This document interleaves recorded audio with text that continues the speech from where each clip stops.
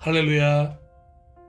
하나님이 우리를 더욱더 사랑하시는 2026년 1월 22일 목요일, 오늘도 그 사랑 덕분에 좋은 아침입니다.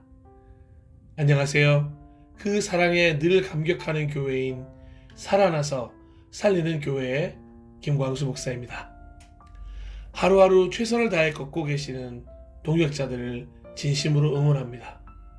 말씀대로 살아가기 위해 최선을 다하고 내가 하고 있는 그 일을 통해서 하나님께 영광 돌리기 원하고 하나님을 먼저 의식함으로 사람의 방법에 흔들리지 않기 위해 최선을 다하는 그 최선의 마음을 하나님은 기뻐하시고 우리는 서로 응원할 것입니다.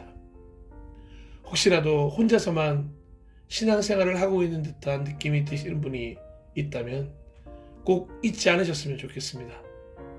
너무도 많은 분들이 당신을 위해 기도하고 있고 무엇보다 하나님이 무척 사랑한다고 말입니다. 다윗을 사랑하는 하나님이 오늘 우리도 사랑하시는 하나님임을 우리 모두 기억합시다. 그럼 사무엘하 14장으로 출발해 보도록 하겠습니다.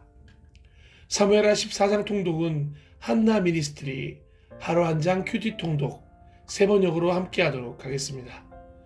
그리고 말씀 낭독 후에 이어지는 오늘 함께 나누고 싶은 찬양은 서근영이 만들고 오은이 부른 주의 빛을 비춰주소서입니다. 거센 폭우 속에 몰아치는 풍랑을 보며 가야 할 길 몰라 헤맬지라도 조금도 두렵지 않아, 조금도 떨리지 않아 나를 잡은 강한 손길이 있어. 아멘. 사랑하고 존경하고 축복하는 동역자 여러분, 예배자 여러분, 오늘도 여러분이 발걸음을 딛는 모든 곳에서 살아나는 아침, 살리는 하루가 되시길 축복합니다. 하나님은 우리와 함께 하십니다. 하나님은 당신을 너무도 사랑하십니다. 하나님이 우리의 길을 인도하십니다. 할렐루야. 하루 한 장 큐티 통독 사무엘하 14장. 왕의 마음이 압살롬에게로 쏠리는 것을 스루야의 아들 요압이 알았다. 요압이 드고아로 사람을 보내어 거기에서 슬기로운 여인 한 사람을 데리고 와서 부탁하였다. 그대는 초상당한 여인처럼 행동하시오. 몸에는 상복을 입고 머리에는 기름도 바르지 말고 이미 오랫동안 죽은 사람을 애도한 여인처럼 꾸민 다음에 임금님 앞으로 나아가서 내가 일러주는 대로 호소하시오. 요압은 그 여인에게 할 말을 일러주었다.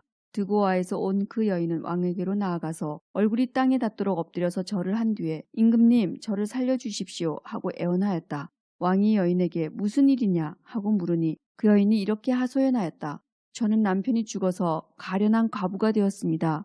이 여종에게는 2 아들이 있는데 들에서 서로 싸우다가 말리는 사람이 없으므로 아들 하나가 다른 아들을 죽였습니다. 그런데 이제는 온 집안이 들고 일어나서 이 종에게 형제를 때려 죽인 그 아들을 내놓으라고 합니다. 죽은 형제의 원수를 갚고 살인자를 죽여서 상속자마저 없애버리겠다고 합니다. 그들은 저에게 남아있는 불씨마저도 꺼버려서 제 남편이 이 땅에 이름도 자손도 남기지 못하게 하려고 합니다. 다 듣고 난 왕은 여인에게 말하였다. 이 문제를 두고서는 내가 직접 명령을 내리겠으니 집으로 돌아가거라. 그러나 드고아 여인은 왕에게 아뢰었다. 우리의 높으신 임금님께서 무엇을 하시든지 이 일에 있어서 허물은 저와 제 아버지의 집안에 있습니다. 임금님과 왕실에는 아무런 허물이 없습니다. 왕이 대답하였다. 누구든지 너를 위협하거든 그를 나에게로 데리고 오너라. 아무도 너를 괴롭히지 못하게 하겠다. 여인은 또 간청하였다. 그러면 임금님께서 섬기시는 주 하나님께 간구하셔서 저의 죽은 아들의 원수를 갚으려고 하는 집안 사람들이 살아있는 저의 아들까지 죽이는 크나큰 범죄를 저지르지 못하게 막아주시기를 바랍니다. 왕이 대답하였다. 주님께서 확실히 살아계심을 두고 맹세하지만 내 아들의 머리카락 하나도 땅에 떨어지지 않게 하겠다. 그 여인이 또 간청하였다. 이 종이 높으신 임금님께 한 말씀만 더 드리도록 허락하여 주시기 바랍니다. 왕이 그렇게 하라고 하니 그 여인이 이렇게 말하였다. 어찌하여 임금님께서는 하나님의 백성에게 그처럼 그릇된 일을 하셨습니까? 임금님께서는 임금님의 친아들인 왕자님이 이 나라로 돌아오는 것을 허락하지 않으셨습니다. 이러한 처서는 지금까지 이 종에게 말씀하신 것과는 다릅니다. 임금님께서는 그렇게 말씀만 하시고 왕자님을 부르지 않으셨으니 이것은 잘못된 일이라고 생각합니다. 우리는 다 죽습니다. 땅에 쏟으면 다시 담을 수 없는 물과 같습니다. 그러나 하나님은 생명을 빼앗지 않으시고 방책을 베푸셔서 비록 내어 쫓긴 자라 하더라도 어떻게 해서든지 하나님께 버림받은 자가 되지 않게 하십니다. 높으신 임금님, 제가 지금 임금님을 찾아뵙고서 이런 말씀을 드리게 된 까닭은 제가 친척들의 위협을 받으면서 이 문제를 임금님께 아뢰면 임금님께서 제가 간구하는 바를 들어주실 것이라는 확신이 섰기 때문입니다. 저의 집안 사람들이 저와 저의 아들을 죽이려 하고 하나님이 주신 이 땅에서 끊어버리려고 하지만은 임금님께서 저의 사정을 들어서 아시면 구원하여 주실 것이라고 생각하였습니다. 이 종은 또 높으신 임금님께서는 말씀으로 저를 안심시켜 주실 것이라고 믿었습니다. 임금님은 바로 하나님의 천사와 같은 분이시니까 저의 호소를 들으시고 선악을 가려내실 것이라고도 생각하였습니다. 임금님이 섬기시는 주 하나님께서 늘 임금님과 함께 계시기를 바랍니다. 마침내 왕이 그 여인에게 물었다. 너는 내가 묻는 말을 내 앞에서 조금도 숨기지 말고 대답하여라. 그 여인이 대답하였다. 높으신 임금님의 분부대로 하겠습니다. 왕이 물었다. 너에게 이 모든 일을 시킨 사람은 바로 요압이렸다? 여인이 대답하였다. 높으신 임금님, 임금님께서 확실히 살아계심을 두고 맹세하지만 높으신 임금님께서 무슨 말씀을 하시면 오른쪽으로든 왼쪽으로든 피할 길이 없습니다. 저에게 이런 일을 시킨 사람은 임금님의 신하 요압입니다. 그가 이 모든 말을 이 종의 입에 담아 주었습니다. 왕자님의 일을 잘 되게 하여 보려고 임금님의 신하 요압이 이런 일을 꾸민 것은 사실입니다. 그러나 임금님께서는 하나님의 천사처럼 슬기로우심으로 일어난 모든 일을 다 아실 줄 압니다. 그러자 왕이 직접 요압에게 명령을 내렸다. 보시오, 내가 장군의 뜻대로 하기로 결심하였으니 가서 그 어린아이 압살롬을 데려오시오. 요압이 얼굴을 땅에 대고 절을 하면서 말하였다. 하나님께서 임금님께 복을 베푸시기를 빕니다. 높으신 임금님이 이 종의 간청을 이렇게 들어주시니 이 종이 임금님의 총애를 입은 줄을 오늘에야 알았습니다. 그리고는 요압이 일어나 그술로 가서 압살롬을 데리고 예루살렘으로 왔다. 그러나 왕의 지시는 단호하였다. 그를 집으로 돌아가게 하여라. 그러나 내 얼굴은 볼 수 없다. 그리하여 압살롬은 아버지에게 인사도 하지 못하고 자기 집으로 돌아갔다. 온 이스라엘에 압살롬처럼 머리끝에서 발끝까지 흠잡을 데가 하나도 없는 미남은 없다고 칭찬이 자자하였다. 그는 머리숱이 많아 무거워지면 해마다 연말에 한 번씩 머리를 깎았는데 머리를 깎고 나서 그 머리카락을 달아보면 왕궁 저울로 200세겔이나 되었다. 압살롬에게는 아들 셋과 딸 하나가 있었다.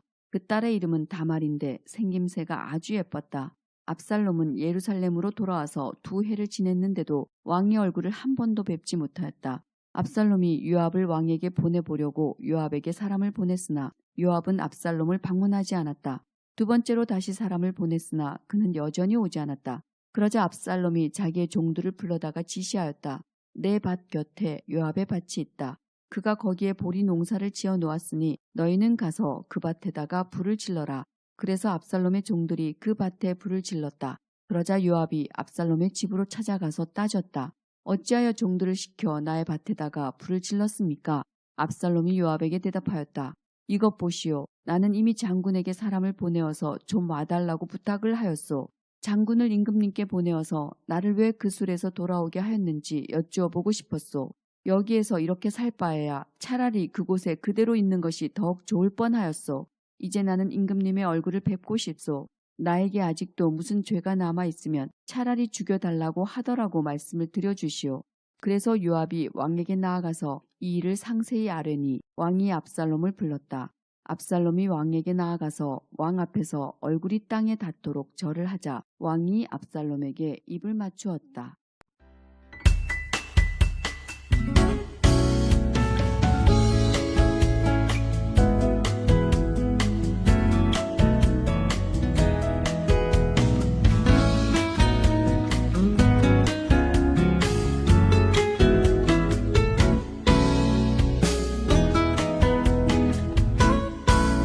거친 빗바람이 나를 향해 밀려 들어와 그 두려움에 내가 서 있어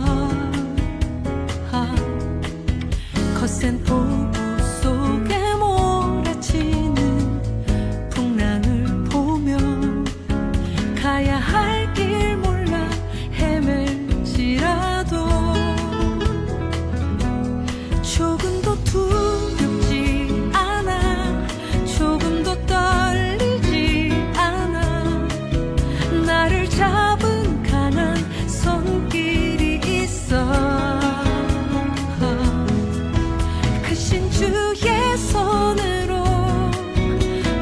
주의 팔로써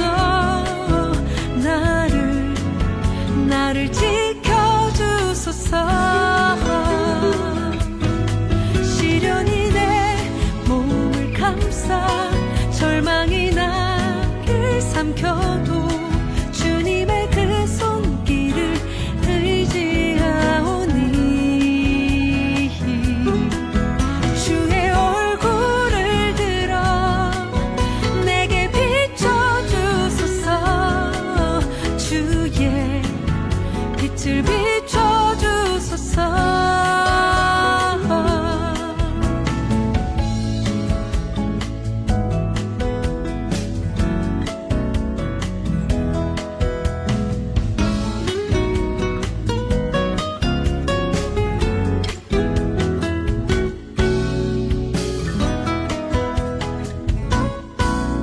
거친 빗바람이 나를 향해 밀려 들어와 그 두려움에 내가 서 있어.